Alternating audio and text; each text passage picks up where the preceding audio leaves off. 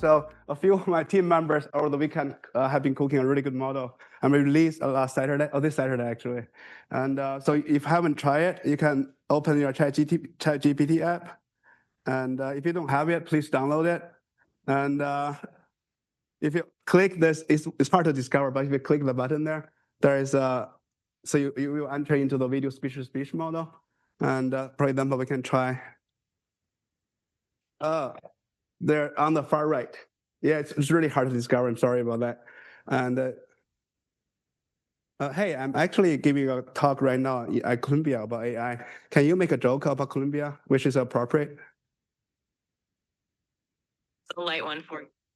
Did the AI apply for Columbia? Because it heard even the algorithms get a degree of sophistication there. Good luck with your talk. Okay, that's not bad. Okay, cool. Now let's skip the ad and let's start the talk. So it all started around 1948, 1950. Turing asked the question, can machine think, right? And so this will come back again and again. When people talking about can machine think, I really like the framing is, we're not trying to simulate an adult brain. We're actually trying to simulate an infant's brain and then subject to an appropriate course of education. So that's exactly what machine learning is. And we will come back to this as well. And then today, in the history, I will tell about the history of two deities. One is self-supervised learning, and the other reinforcement learning. So let's go to the self-supervised learning first. About 13 years ago, there's the AlexNet. So basically, that's a first large-scale deep learning model, like use GPUs and a lot of data that basically achieve astonishing error rate on ImageNet, much better than before.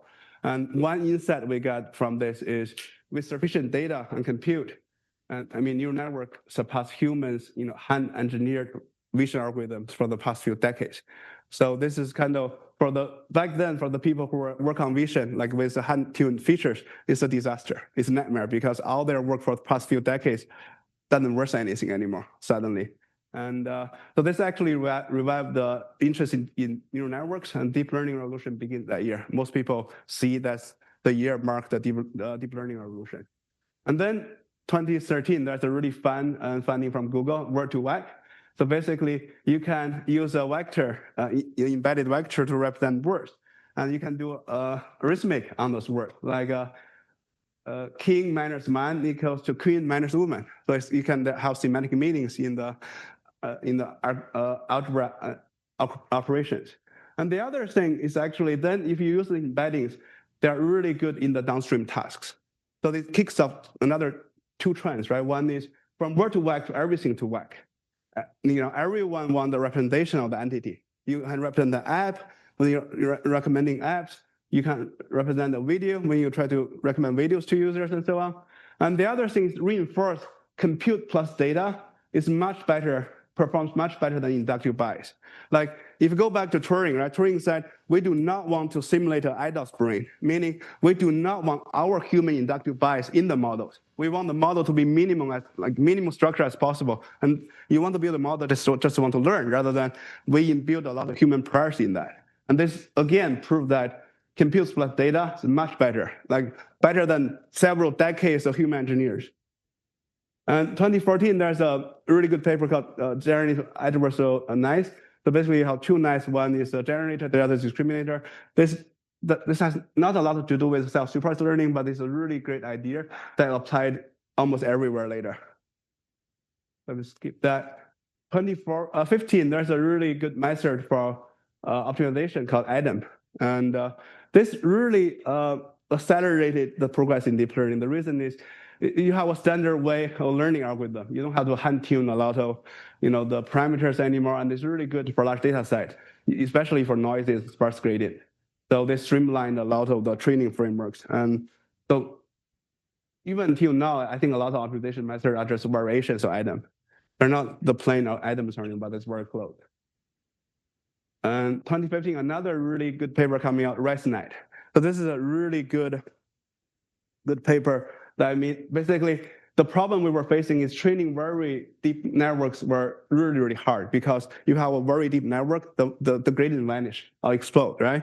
And the genius idea is ResNet implies this basically skip connection. Like every layer can skip to the next layer as a raw input. So you don't have to. It's basically, you can think of this as an ensemble method. They ensembled every layer of the model from shallow to really deep networks. So that this is a really good illustration. If you look at the area surface, and A is the one that you don't have the residual connections, and C is very spiky. Those things are very hard to optimize, right? And for B, it's a very smooth like loss curve, so you can easily optimize that. It's much smoother. So basically, this is almost all the modern network. If you employ such a structure to make sure it's much easier to learn. This is another fundamental paper that came out. And then back then, there are a lot of fuss about deep learning. Like people has a lot of doubt, and including myself. I started with a pure math background. I think there's a lot of things is intuitively is not correct, right? I was talking to a statistics professor yesterday. Actually, I realized a lot of things I learned in graduate school about statistics, the intuition are wrong. And the reason is before people live in such a lower dimension space, the intuition we get there do not generalize well in the higher dimensional space when you have a trillion parameters. And so I urge everyone in statistics, we should just study more of those problems rather than the traditional problem, because the intuition we give to students might be wrong. And I had to spend years to overcome those, wrong intuitions. So one of them is, deep neural nets. This is a non-convex optimization. When you work on non-convex optimization, the first thing you worry is they will stuck in a random local minimum, right? Depending where you start, and that's really bad because how do you trust the result if the best solution going to stuck in a random local minimum? And then there are a lot of studies on this. I think the thing make me feel confident is one, in a really high dimensional space, it's actually really hard to stuck at a local minimum, because we live in the 3D space, right? And when we see the 2D surface, right? There are a lot of local minimums, and they're really bad. But it's really hard to escape because you only have 2 degrees of freedom to do that. But when you live in a billion or trillion dimensional space, it's really hard to stuck in a local minimum because you have so many degrees of freedom. And the other thing people find out is, even in that case, you stuck in a local minimum.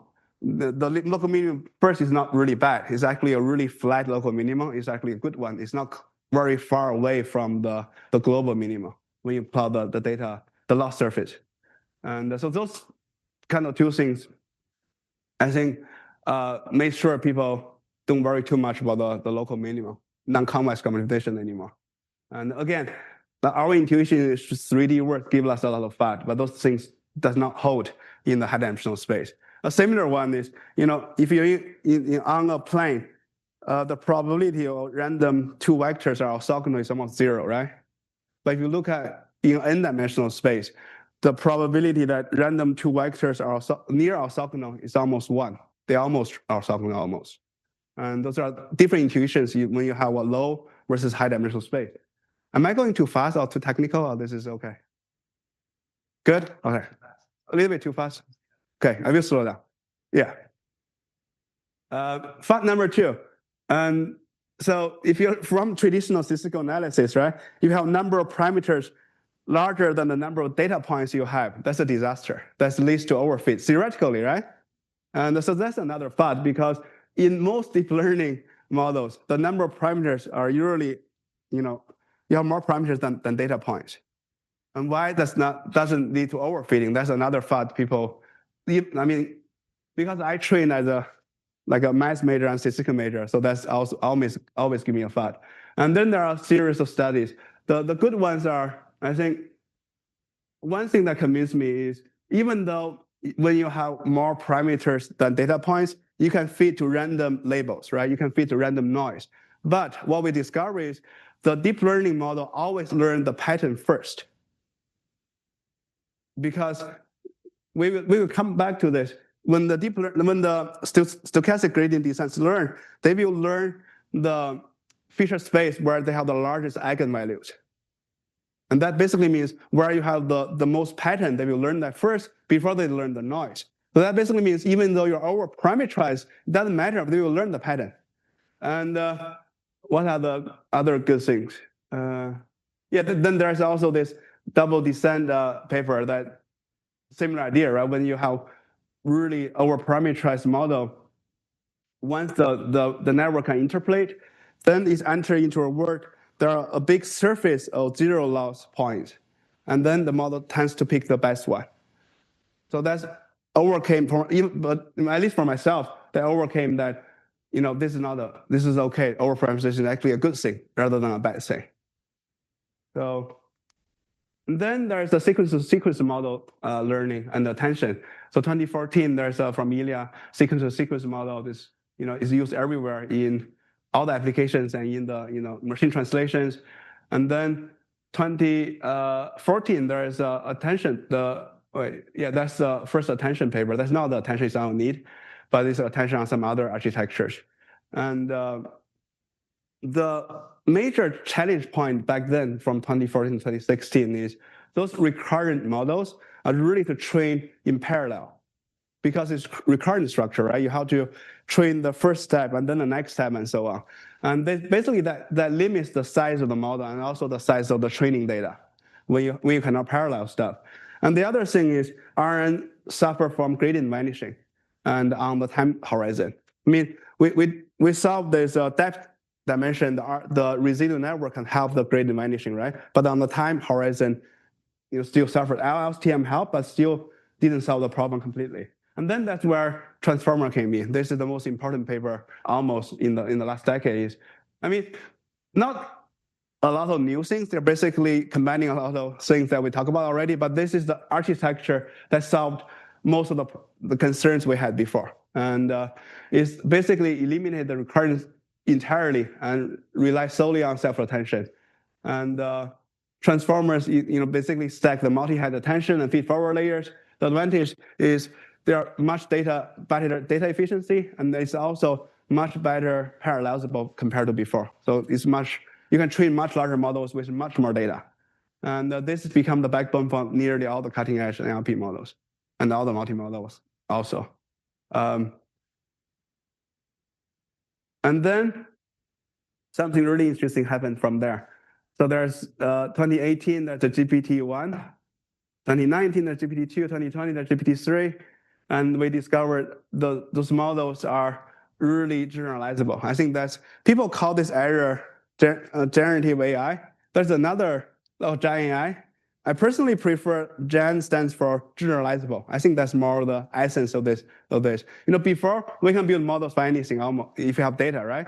But the thing is, you need to build a specialized model for any domain you want, and that's not scale. And this regime of models, they're actually super generalizable. You can zero shot or few shot to make it do your task.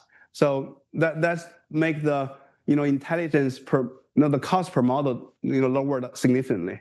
And then 2020, there's a really famous paper on the scaling law. So basically, the x-axis is the loss, the lower the better, and the y-axis is the compute on the log scale. So you can see there's a really clear log linear plot on compute, on data size, and number of parameters. The more compute you have, the more data you have, the more parameters you have, you actually have a lower loss. This is the really beautiful curve, like in case you haven't seen that before. It's going to plateau at some point, depending on the data. But this is not the physics law. It will probably not hold at some range, but we will see. So when we apply that scaling law and trying to predict GPT-4 before GPT-4 even born, it's almost predict perfectly of the GPT-4 performance. And basically, this means the scaling law holds across about 13 order of magnitude. And that's a lot. That's 10 trillion, right? And then let's go back to the point we started in the beginning. This is the beta lesson. If you haven't read it, I strongly recommend you read it a few times. I've been reading this like maybe 10 times over the past few years. And every time I read it, I get something new. So this is a really good material. So So basically, the bitter lesson over the last 70 years, remember the AI started 1950, is, we want minimal inductive bias. We want the method that scales with compute. And the two methods that scale with compute, one is search, the other is learning. Search here doesn't mean Google search. It means you explore new ideas and so on, right? And for example, in Go, you explore different moves. And so the gist of that is basically compute ultimately outperform, the algorithm that leverages compute ultimately outperform those relying heavily on human engineered inductive biases. We see that on image, we see that on NLP, we see that on everything basically. If you have data and compute, you want to build a model that just learns rather than you want to human engineer a lot of human inductive bias into the model. If you don't take anything else from the talk, that's the thing I want people to take out.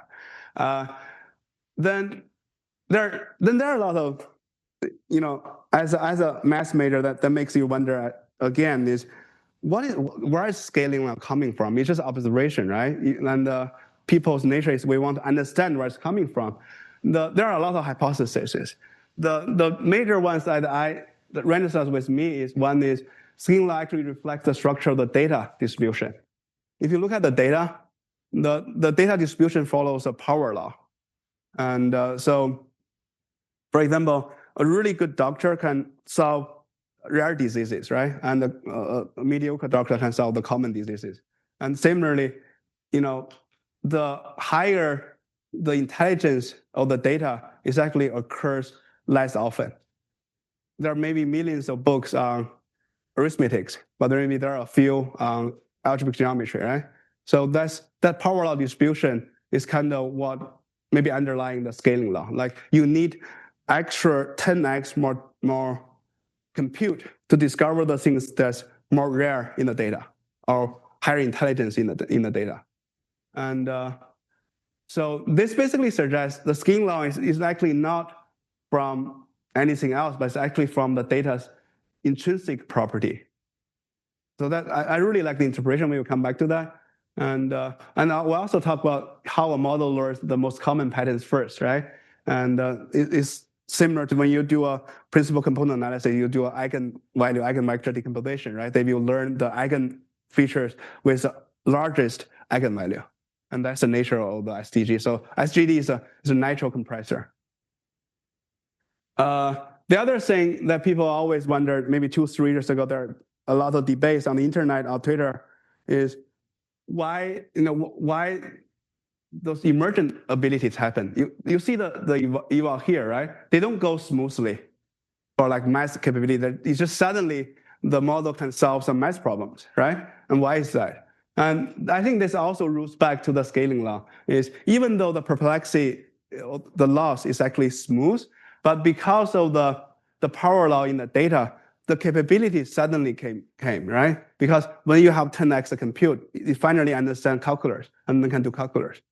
And so it always depends on how you measure, because you can always, convert a discrete variable to a continuous variable in some way. But so I think it's just how we view it. But so that's why people call that emergent abilities. I don't think people should be surprised by that. It's not suddenly. It's actually just what reflects in underlying data.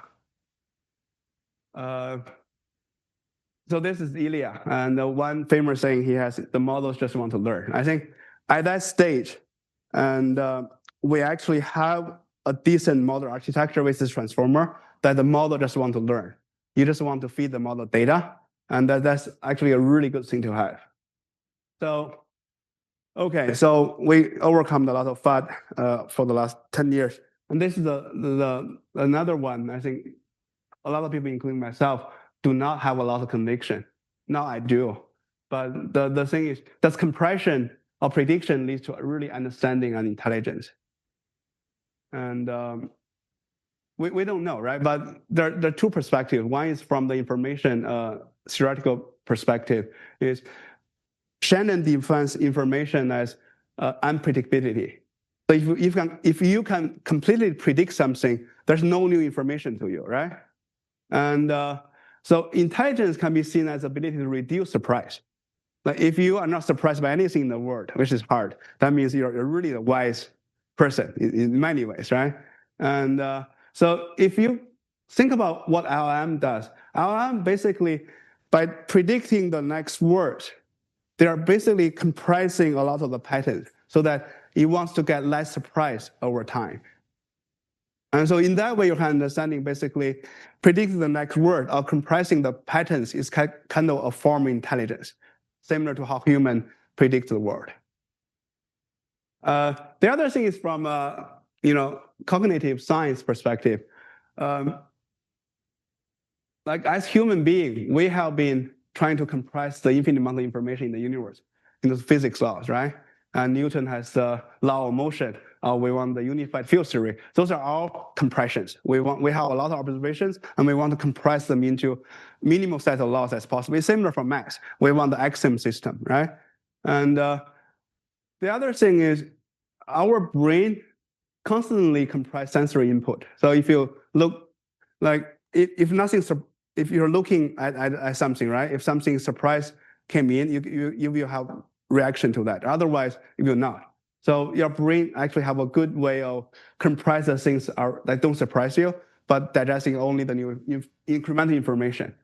And in that sense, learning is compression. Like when you learn a new theory, it makes you excited and curious, and then you learn. But if you reading something boring, your brain already compressed that, you get bored in many ways. Cool. Those two things to me, they're really good explanation why compression just at least implies a large portion of intelligence, maybe not all. Okay, so that's the first city, which is self-supervised learning, right? And let's go to the second, the reinforcement learning part. The whole thing, the deep reinforcement learning started in 2015. There's a DQN, the DeepQ network, that can play, 2,000 Atari games really, really well, much better than human. I don't know if I ever watched this video. Some of them are super fun because I'm growing up playing Atari games, and they discovered a lot of strategies I never imagined. It's just, people call that alien intelligence because they're not, the way they learn is they play and they reinforce, right? But they don't necessarily copy from humans. So they invented all those things that humans never thought of. And similar for AlphaGo. And 2016, I think that's the biggest event maybe in the last decade about AI. People got really excited because Go is kind of the moment people think, oh, there's really a lot of intelligence in these models. The AlphaGo actually bootstrapped it from the human games, and they basically combined the deep neural nets with self-play and Monte Carlo tree search. They defeated the world champion. And 2017, they refined that to AlphaGo 0. So basically, they didn't bootstrap the deep neural network with any human data. It's all from self-play, and which is just amazing. And this is actually very interesting. I also read a lot of, I don't know if like Kung Fu writings, and there when I was growing up, I read a lot of this. There's actually a Kung Fu master who are doing that. He's so good, he cannot find anything that defeat him. He started self-play. Like he will just fight with the left and right arms and so on. It's very similar to that. And you basically you split your brains and your body, and then you fight each other. It's pretty fun. Then 2018, there's Alpha 0. Basically, you can just, with minimal human inductive bias, you just tell the model that the rules of the game and what is a win and what is loss, and no human data at all, no domain-specific tricks, and they can play chess and shochi really, really well, not only Go. And then 2019, people moved to like the digital video games, like a StarCraft, and become the grandmaster there. And then the interest along those lines died down because we actually proved we can play any game really, really well. And we will come to a question why it has less impact.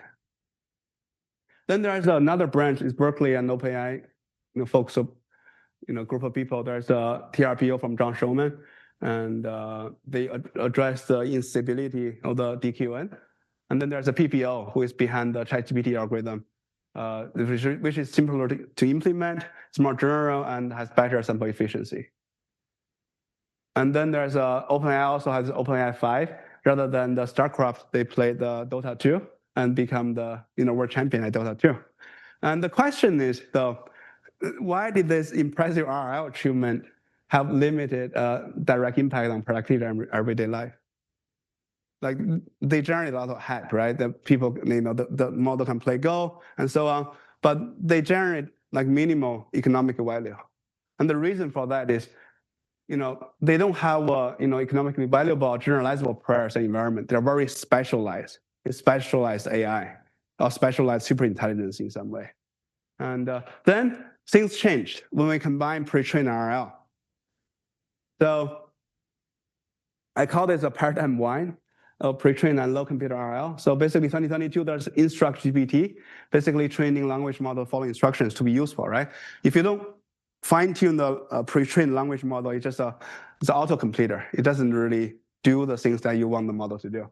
And 2020, there's ChatGPT. So basically with similar method and using RLHF, there is actually a very low-key research preview by John Schulman, Barrett, Luke, Liam, and people said, oh, let's just put it out there and see how people use it.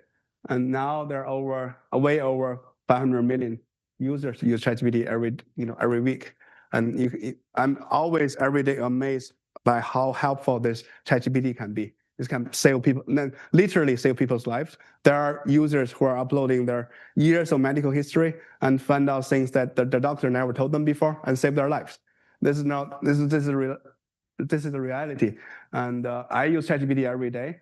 And not only the voice mode, I use deep research every week. And I think my search volume went up like maybe 10x because I'm using deep research. The model is doing all the searches for me. I don't have to do that myself. And it's like even better than a intern in many ways. No, sorry if you're. Yeah. So, but then you think about this, what changed from the game RL, right? Because we mentioned the game RL is not that useful. And I mean, that's an understatement. It's really useful, but they didn't generate a lot of economic value, but now it does, right? And so the reason is now RL is combined with a much more generalizable prayer, which is a pre-trained LLM. And and also apply to environments that can have a lot of economic value.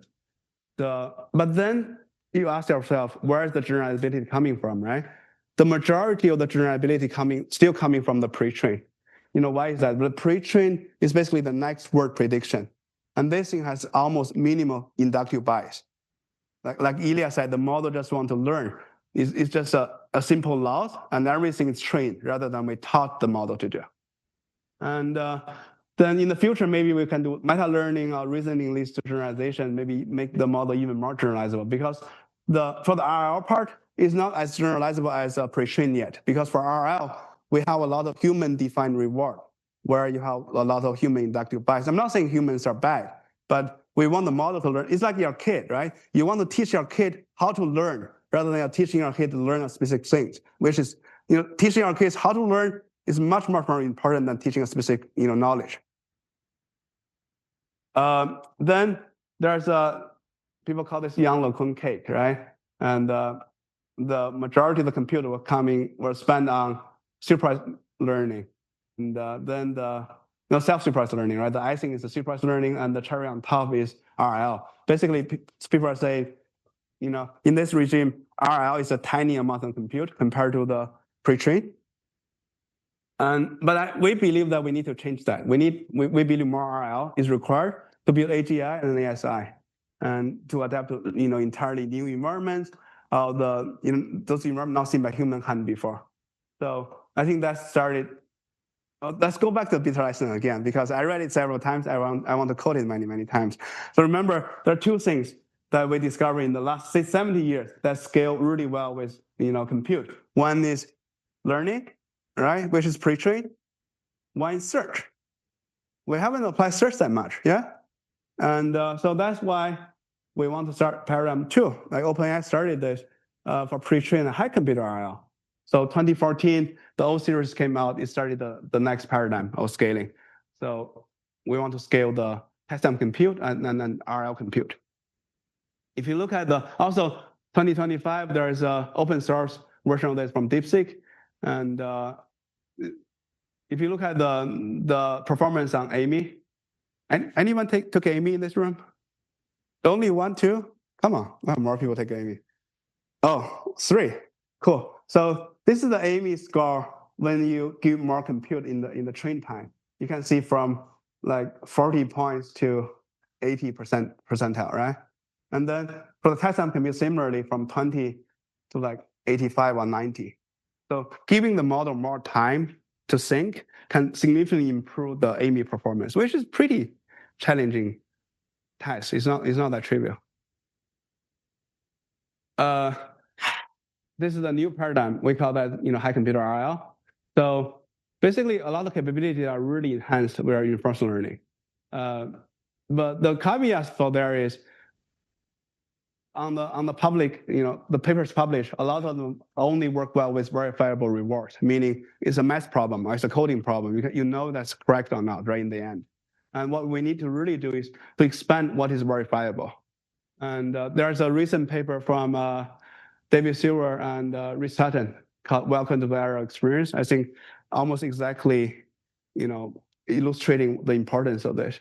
And so the core idea, I think, behind that paper is high quality human data is limited. Like even though we have maybe thousands of years of civilization, right? But the actual data we accumulate is not that much. We already consume most of the intelligence text. The idea is, how do we generate more data? But then you ask yourself a question, where does human data coming from? Where are the human intelligence coming from? The human data coming from human brain thinking and getting reward or feedback from the real environment, which is the Earth, right? And then, given that we know compute is going to get cheaper and cheaper, we want to generate new knowledge and new data by using more compute from the computers rather than human brains, by letting the computer interacting with the environment and generating a lot of data. I think that's going to be faster than human generating data in the future. That's why I'm so bullish about AGI and ASI. The other thing is just an anecdote, why does training ourselves work, right? One thing that always puzzled me since the beginning of LLM is why we spend the equal amount of compute on every token. It doesn't make sense. Like in your training corpus, right? There are tokens from the random internet, the chit chat on Reddit, right? And there are also really intelligent conversation between two mathematicians, for example, right? And not every token are created equal. And so we should not spend the same amount of compute in training and testing time for those tokens. And that's where chain of thought is coming from, right? In chain of thought, you can actually spend arbitrarily long tokens for a really hard problem. And that gives you this adaptive, compute.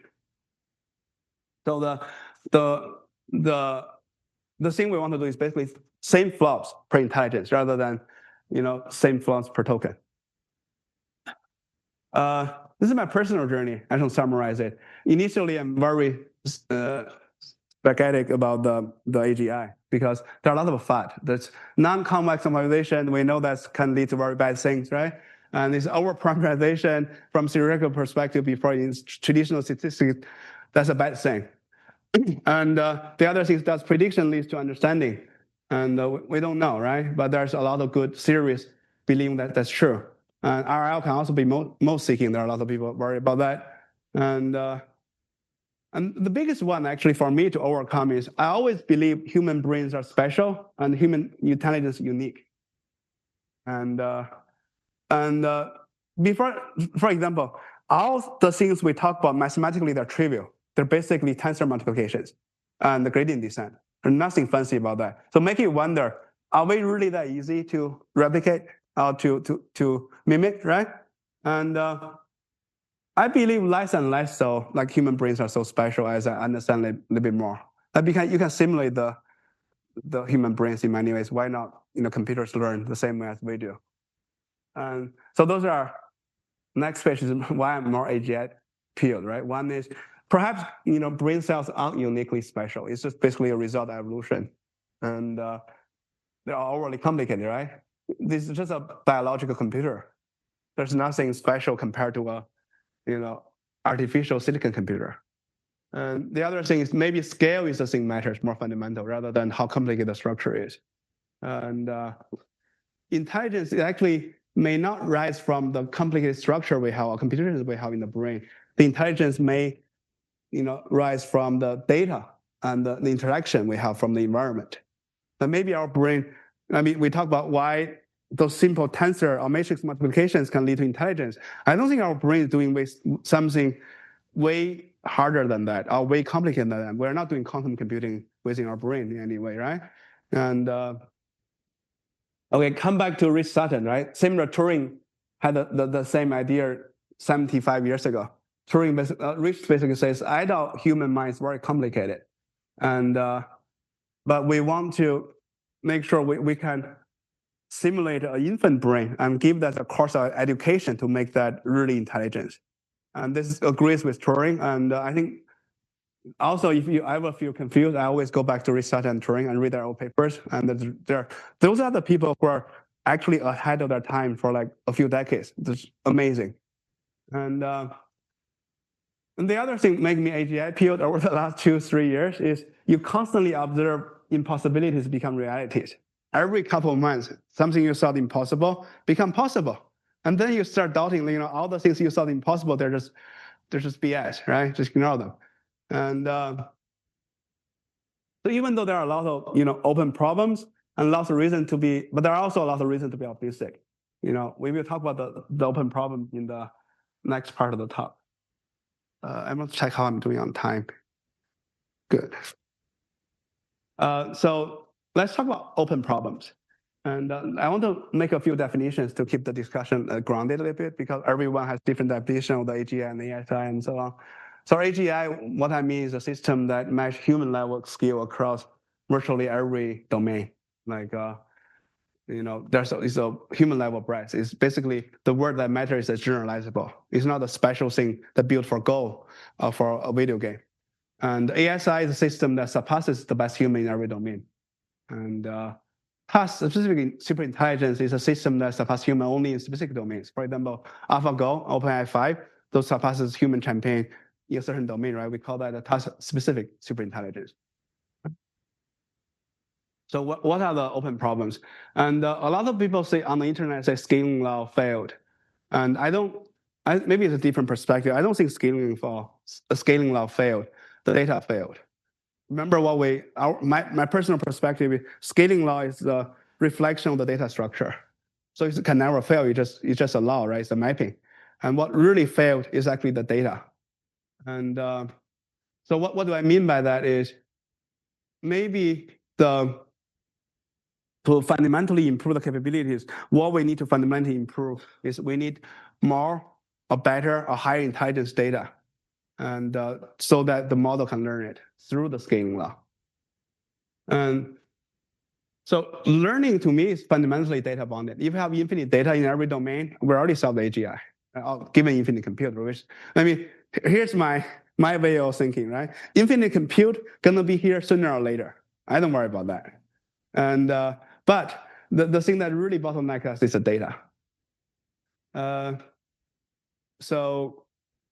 And then people ask, right? Then we talk about we can actually convert compute into data, because human data are converted from human compute, right? From our brain. But why not convert the silicon compute to data? But there are a few caveats that we didn't solve yet. One is right now it's only limited to domains where the results are verifiable. And they don't, current IL may or may not effectively generate results outside the support of the previous policies. That's exploration. And the other thing is, you remember in AlphaGo, we did a Monte Carlo tree search, and you do the random exploration, and which can lead to win or lose the game. You cannot do that in language models. The reason is language model is just many order magnitude larger. The space is many order magnitude larger than Go even. So a random generation of tokens can never lead to anything. That's a strong word, because when we have infinite compute, things change, right? You have people say you have a cat, giving a typing machine, if you type Shakespeare at some point, but that's just going to be a super long time, right? By random luck. So that's one dimension. We want to improve the data we have. The other direction is actually to improve the data efficiency of learning. If the fundamental bound is data, we can either get more data or we can make our algorithm more data efficient. So that's we can talk about both of them. Better one is generating more and better data faster. We talked about this before. And if you think about how much data we accumulated, we have been accumulating printing press data for about 1,000 years, right? And which in the beginning was very minimal. And then we have been collecting detailed data for the last 2 years or so. And so from the whole chain of where the human data coming from is one, the human first give a task, right? Inspired by the environment. It can be solving polynomial equations. I don't know anyone know the history of solving polynomial equations. People were gambling around that and try to get rich by solving more polynomial equations, right? And I mean, the initial task human gave is to survive. And that's the meta learning. And then the current generation of humans learn the existing knowledge. And the third step is think about the problem for a long time. Maybe some genius came up like Gauss, Galois, and those people invent new knowledges, right? And then you get feedback by interacting with the environment, the peer-reviewed whatever. And then you distill this new knowledge into, this new finding into knowledge. You write a textbook on calculus, and then later I'll write a paper on calculus, and then later generation you'll learn that. And then you iterate. That's how humans generate our data, generate our knowledge over the past thousands of years, right?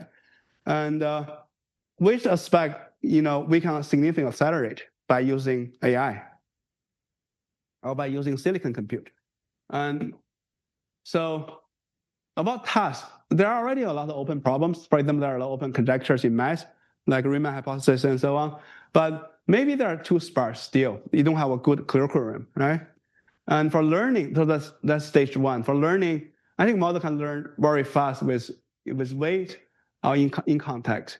So we will talk about later how to make it even faster or data efficient. And for thinking and search, models can think very fast. And but the key question is, can model generate new ideas? It doesn't matter how fast you think, if there's no exploration, right? And then we ask ourselves, how does human discover new knowledges? Like, I think the fundamental driving force is curiosity, right? We are curious, so we always explore new things. And so we want to really teach the model to be curious. And there are different beliefs. My personal belief is maybe interpolation and exploration is enough.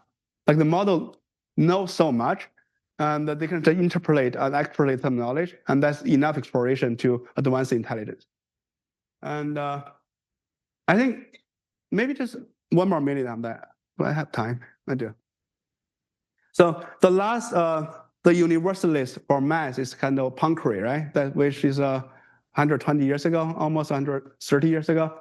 And so the model now actually can know all the subjects of math. So it's a universalist, right? So it can maybe generate a lot of new knowledge or new ideas in that way. And the other most important thing for a human to get new knowledge is interacting with the environment. And this can be very efficient for computers if there is a perfect simulator. For example, for board games, for Go, you can just simulate on the computer. So you can get infinite data by using compute. And this is a fundamental blocker if you cannot simulate. Or the sim to real is really, the gap is really big, right? People are building this called word models for video, or for the whole world, for physics and so on, which is really hard still. And so that's why the embodied AI is harder. You don't have a perfect simulator of the physical world we live in. And so I'm still optimistic though, because if we can build a model that can reduce the search space, like AlphaFold, so we can build a positive flywheel. You have more efficient search, and then you can generate more data, and then you have even more efficient search, and so on, right? So that positive flywheel can lead us to super intelligence. And distillation model can do this very efficiently already when you have a new knowledge. Yeah? Yes.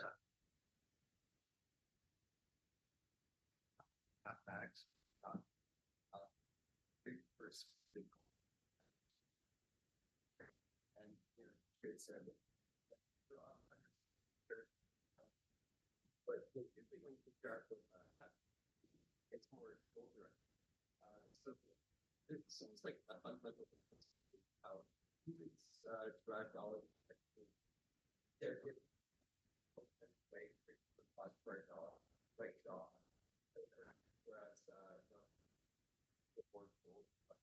So I want to repeat the question. The gist of the question is, when humans discover new math, a lot of them are serendipity, right? There's no particular goal.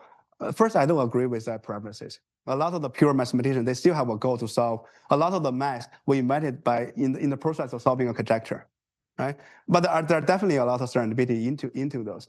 I have a perfect answer for that in a few slides. Okay.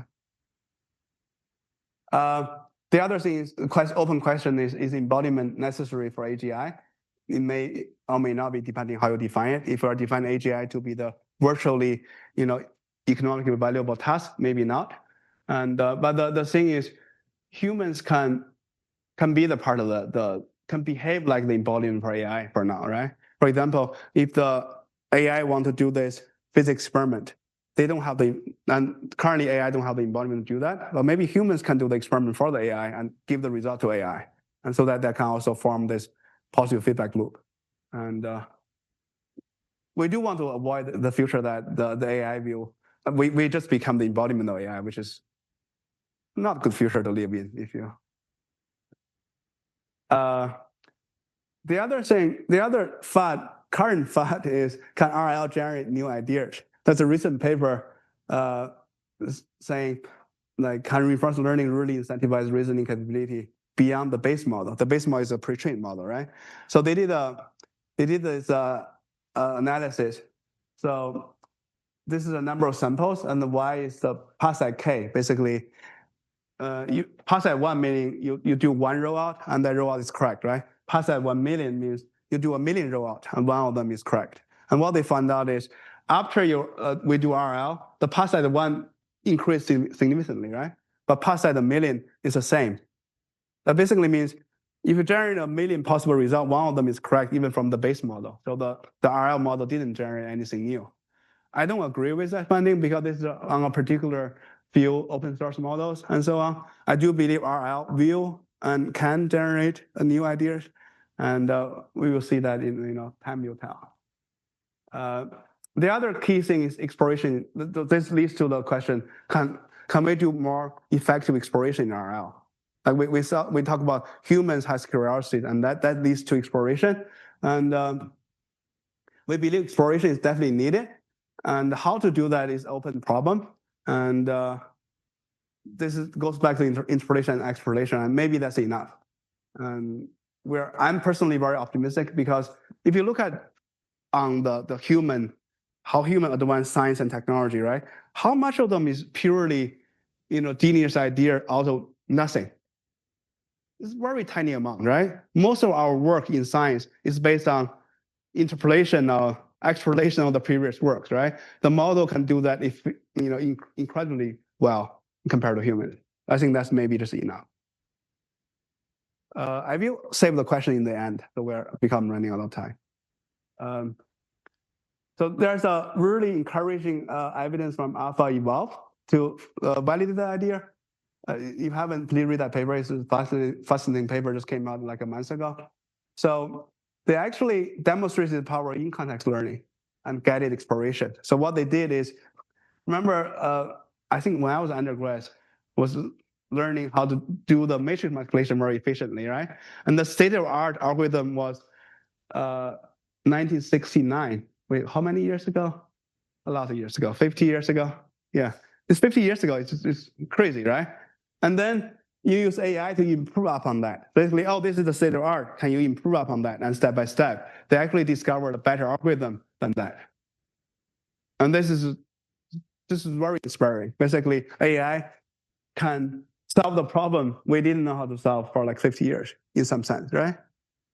And out of the 50 open problem, I think 20% of them, they improve the state of art, especially for this, NP hard or comparatorical problems. AI are much, much better. And I really believe, I studied pure math. And the reason for that is in the freshman year of college, I learned Galois theory. And I attended a seminar by Professor Huang in my university, and I just got fascinated by Galois theory. It's just so beautiful and amazing, and that leads me to pure math. And then my dream was, I want to solve a conjecture, something like a Riemann hypothesis, right? And a couple of years in graduate school, I realized I'm not suited for that. I couldn't do that. And so I gave up. And now my new dream is we can build an AI to solve Riemann hypothesis. And I'm much more confident about that than myself solving Riemann hypothesis. The number two is we want to vastly improve the data efficiency in learning, right? So if you think about the current AI now, the data efficiency is still very bad compared to human. Like for a well-educated human, if you teach the person a new board game, it probably require like several minutes or maybe 1,000 tokens to learn, right? To play like a game pretty well. But the current SOTA model couldn't do that. It's required maybe still 10x, 100x more tokens to teach a model something really well. And but make you think why that's the case, right? One thing, this is just personal thinking and discussion with some friends, right? Humans do not learn by predicting next tokens, do we? We do not. We do sometimes try to predict what you're going to do, what your next move is, but we do not predict exactly what your token is. And the reason for that is, that distinction is really important because predicting a token, meaning there are a lot of random structure in the token that the model trying to predict. So basically the model is wasting a lot of compute and parameter to predict something random. As humans, we predict on a much higher level, at more abstract level. So that way we know the essence of the problem rather than trying to predict the structure of the tokens. But because think about the idea, there are a million different ways to say the same idea. But if you're predicting the next tokens, you're trying to capture these random structures in there. But I have no idea how to solve this, like what's the next paradigm is. So yeah, this is I think the open question, how do we vastly improve the data efficiency? So if we can solve that, I think that could be the next paradigm for AI. The other thing is let's make the open problem is like misreasoning much more generalizable. Did I answer a question through this slide? Or should I? So let's go back to that. Your question was, mathematicians discover things a lot of time by serendipity, right? But models are not. I think this goes back to this slide, the Poincare, right? And I agree that some of the discoveries are by chance, right? Not by any utility or anything. If you go back to, I think, sorry, this one, from Sir Isaac Newton. I don't know what I may seem to the world, but to myself, I seem to have been only like a boy playing on the seashore and diverting myself now and then finding a smoother pebble or a prettier shell than the ordinary. And well, the greatest ocean, the truth lay out undiscovered before me, right? This is a very poetic saying. I really love that quote. And to your point, meaning some of the science and technology were discovered by serendipity, right? But AI gonna improve. It's basically a search problem. There are a vast space of science we need to search, and then we get a pebble or we get a shelf, right? But the good thing about AI is AI gonna reduce that search space so much, serendipity become common things.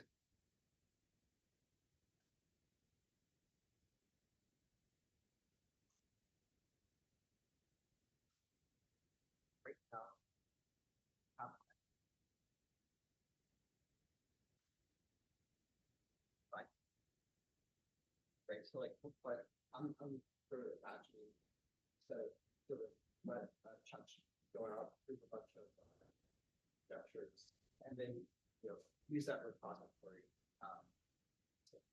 I think that's a really good point. We can talk about that after the talk a little bit more. I'm really optimistic, and I also see progress in the directions like that. And I don't believe anything special about human serendipity and compared to machine serendipity. Let's continue. The other open question is what's the next scaling paradigm, right? We talked about some of that. If you look at the paradigm 1, paradigm 2, we scaled the depth of the layers, and we scale the test on compute and RL. Maybe you want to scale the number of tools, self-play, context, and memory. The model still don't have infinite memory yet, which is really important, right? Because for a really good friend, you share a common memory that is almost infinite. And lifelong learning, are really, really important. I'm running low on time, so I'm going to be a little bit faster. And the other is safety, right? There are three kinds of safety. One is model may generate unsafe content. This is very similar to traditional trust and safety work. And the second one is maybe bad actors going to leverage the model to do bad things, right? We want to prevent that from happening. The third one is more serious or exponential, meaning the model itself becomes bad and misalignment. And there are a lot of research going into this. I think that's a really, really important problem we're tackling. And the third part of the talk, I want to, dream a little bit and see onto the future what I envision that the future can be. And some of them maybe in the near future, some of them maybe 5, 10 years down the road, maybe more than 10 years, and maybe we'll see. So one quote I really like from Sam is, he always say the days are long, because everyone felt that, right? I had a long day sometimes, but the decades are short. And I also feel that I can't remember, I graduated more than 10 years ago. It's very scary in many ways. And most people, because our human intuition, gonna overestimate the short-term impact of AI, or the short-term development of AI. But I think one of the reasons I want to give this talk is I think most people also underestimate the medium to long-term impact of AI. It's gonna fundamentally change everything. And so let's see what's the future gonna like. I have a hypothesis. When we have a generalizable human prayer, we have unbounded computing RL, and we have a good environment, that equals to super intelligence. And if you look at how human learn, that's exactly how human evolved, right? And we think the model can evolve even faster than that. So let's see. The first area is, I think agent going to be everywhere, and you will see much more reliable and capable agent in the next year or so, and it become a reality. And I think to a large extent, it's just basically an execution problem, and there's not a lot of research open problem to make agent work. AI for science, something we went to the slides before, but something I'm really, really excited about. And if you think about science is a search problem, right? It's a massive search space. And once we have enough data to bootstrap a model, then you can make the search much, much more trackable. And I think on most subjects in science, we're actually in that environment, or in that stage. We accumulate enough human data. Let's use AI to make the search more trackable. And if I really hope that, move 37 of the AlphaGo moment, do people know about this? Or should I explain a little bit? Yeah, good. And there's a quote from Max, who is, I think, the chief scientist from the isomorphic lab, saying, I really agree with that, by the way. Doing drug design without AI is like doing science without math. I think, AI become the new math for science in the next decade or so. So if you're not using AI in your research, please consider doing that. I think every university should have a huge, either develop their own model or own clusters or use the cloud. And it's going to be, accelerate science discovery a lot. And I'm really fascinated by AlphaFold and a lot of material science and AlphaEvolve we talk about, right? And our friends working in the AlphaFold, areas, they're telling me a lot of the drugs are already actually in clinical trial. I always, thought that's kind of in the far future, but over the last year, it's just progressed so much. One particular thing I think they're in clinical trial is how to neutralize the poison from snake bite. Those are really easy problems. You just need to cover a certain part of the protein.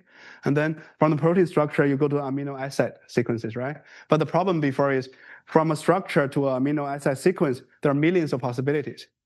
And this is a gigantic search space. You cannot do that in the wet lab because you don't have enough graduate students or enough. Sorry, but graduate students are really good. And but then AlphaFold have that, from the protein structure to the amino acid sequence, there's a high recall, low precision mapping, right? AlphaFold is the inverse of that. It's a high precision mapping. Basically, you map to the protein structure space and compare to the protein structure that you want. And then you can narrow that down to maybe 100 or 1,000 amino acid sequence.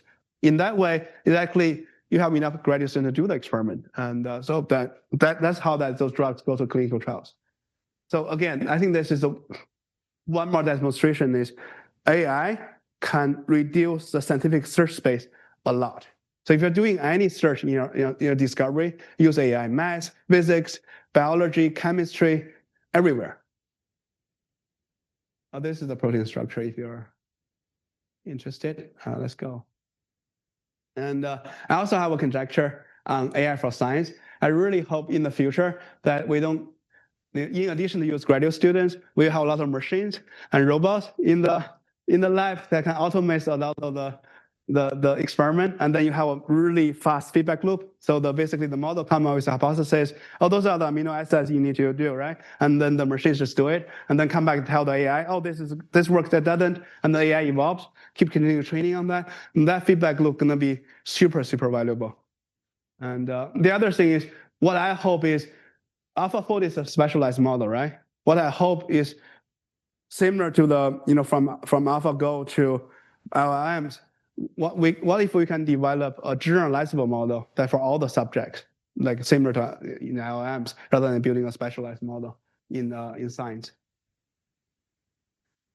And I think enterprise R&D gonna be fundamentally changed by AI. There are two things. One is AI can fundamentally boost the R&D productivity, for example, the coding agent. The other thing I'm even more excited about is maybe AI will lift the ceiling for a lot of R&D frontiers, similar to how AI gonna accelerate science. AI for education is something I'm super passionate about as well. And if you look at the society, I think one fundamental thing that people have access to different quality of education, and that leads to further divide of the society, or in a lot of ways. And there are two things AI can help. One is actually lower the barrier. AI can make advanced topics more accessible, and because it's synthetic data, right? If you look at a random internet article about a subject, you may get intimidated. It's not friendly, put in a way that's friendly for you to read, but AI can lower that barrier a lot, right?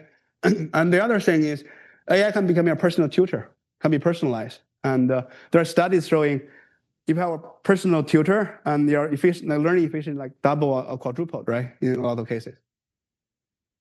The other thing is raise the ceiling, and what we call 10x learners. LLMs I do this all the time now over the weekend, is I just run, a dozen different deep research on different topics I'm interested in, and then you read the report, and you suddenly become not the expert, but you rather than become a total stranger to a field, you become the entry level thing, which is amazing. And the hypothesis we have is maybe in a few years, rather than spending 5 years on a PhD, maybe over 5 years, you're going to have 5 PhDs or 10 PhDs, and if you really want to learn. AI for healthcare, that's super, super critical as well. I think AI is already better than the healthcare provider most people have access to. And we have numerous examples how ChatGPT can save people's lives, and that are not fake, and they're really real cases across different domains. And the other thing I'm really excited about is if AI can have the holistic context of the patient's medical and health history, I think that can maybe, rather than cure diseases, they can actually predict or do a lot of more preventive healthcare in many ways. Embodied AI is something maybe a little bit further away, but once that's true, then it's gonna has tremendous impact to the society as well. It's not as mature because we don't even know how to efficiently tokenize actions. There are suggestions, but they're not super good yet. How to leverage existing massive amount of video data to enable generalization. The key thing about embedding AI is we do not have a lot of data. Like if you look at how LLM started, I did a Twitter post, I think on January 1st, about the following, and then it got really popular. I actually deleted that post. And the following is, at that moment, I felt over all the years we have been preparing for AI. Why I'm saying that? Like we invented printing press, right, to record our intelligence, and then we invented computers, and then we invented internet. All those things leading to accumulation of all the data we need to build AI, and all the compute capabilities we build lead to the capability we want to train AI, right? In some way, we have been preparing for this for like thousands. Human being has been preparing the moment for AGI for thousands of years. This is a little bit emotional, that's why I deleted it. But if you look at robotics, we do not have the internet equivalent of robotics. The only way maybe if everyone has a recorder from their eyes, or how things are, in the real world happening, right? We do not have the amount of data for robotics to be super effective yet. But even we have that amount of data, we don't have good ways of a really sample efficient way to learn that yet. So that are the two open problems for robotics. I mean, a lot of the demos are really cool for robotics, but the demo to product gap is pretty high, in case you don't know. Here is my dream come true case. Like the universe, maybe one of the reasons we never discover aliens, there are many, right? One is maybe we communicate in different modalities, like we never discover each other, we live in different dimensions and so on.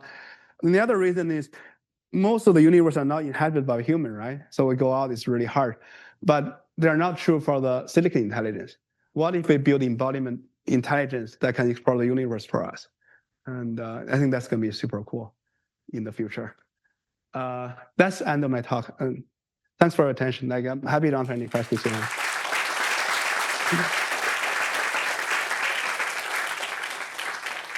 This is a code I got from, I think, Rich Sutton. And this is a PON. This applies to a lifelong agent in RL, and also applies to humans. Never stop learning.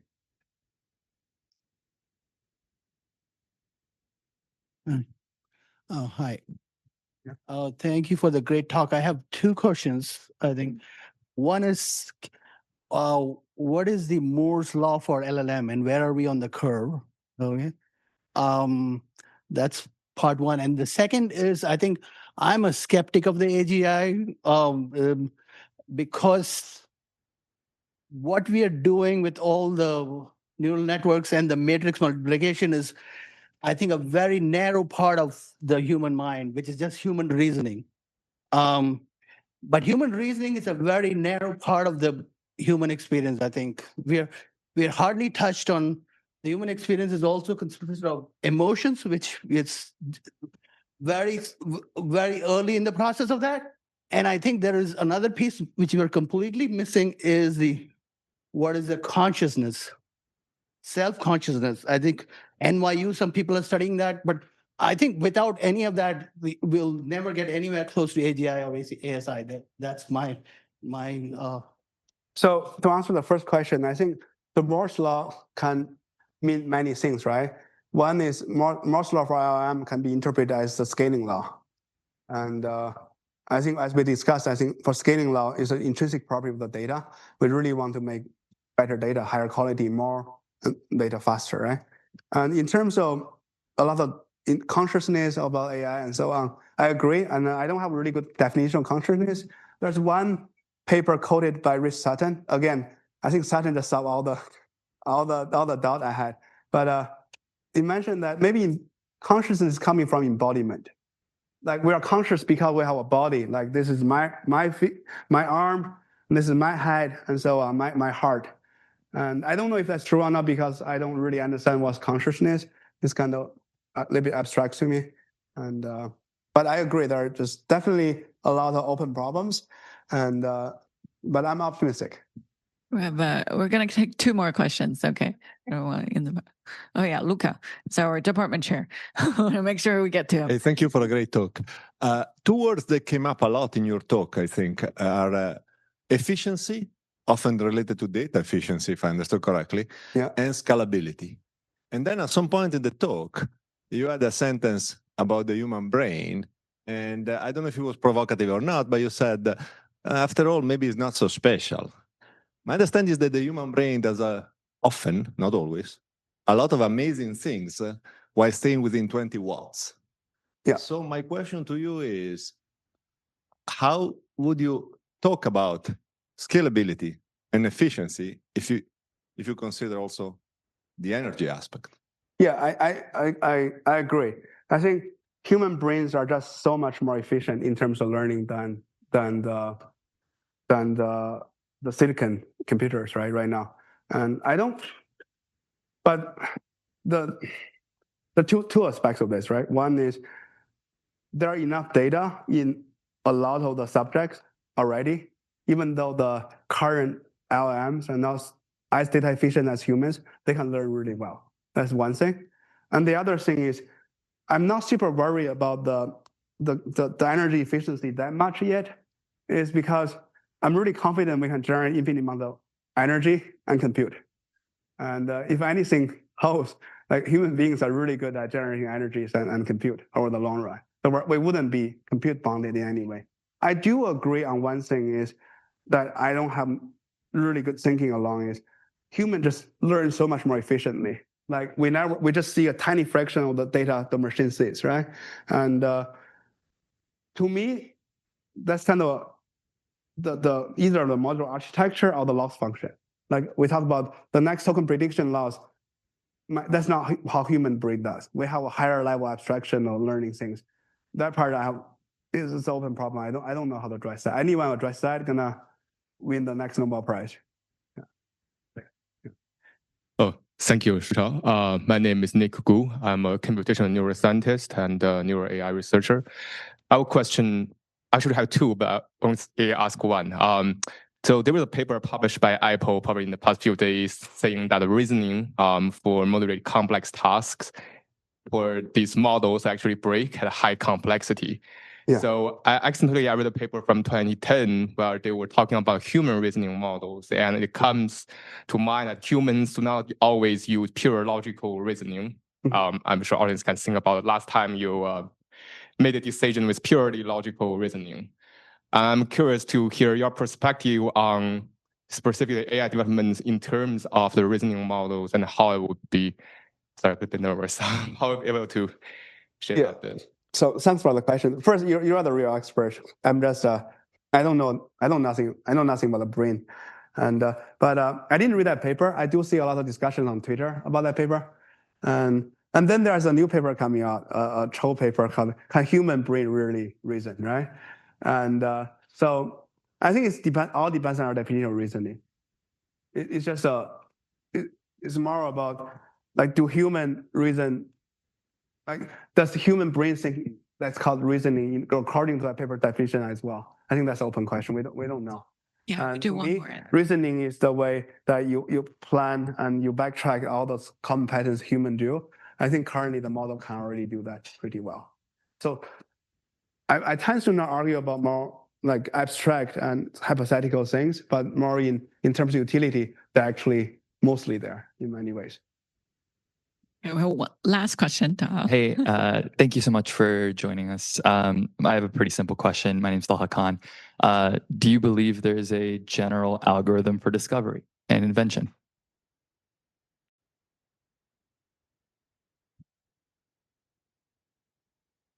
So there's a spectrum of discovery and invention, right?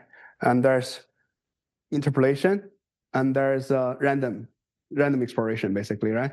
And if you look at AlphaGo, the Monte Carlo tree search explored some randomness in there. And then because they can always have a win or lose situation, the randomness is okay. Then you can learn from the randomly good or bad things. And I don't know a really good algorithm. My belief is still maybe extrapolation is something in between, and that can take us already super far. The ceiling is already super high. And in terms of how human serendipity works, like we discover things randomly, that's hard to understand. I don't know that. Thank you so much. Thanks everybody for coming. So do keep us subscribe to our engineering Twitter accounts or like LinkedIn, so we have more better lectures in the next semester as well. Thanks again for coming. Bye.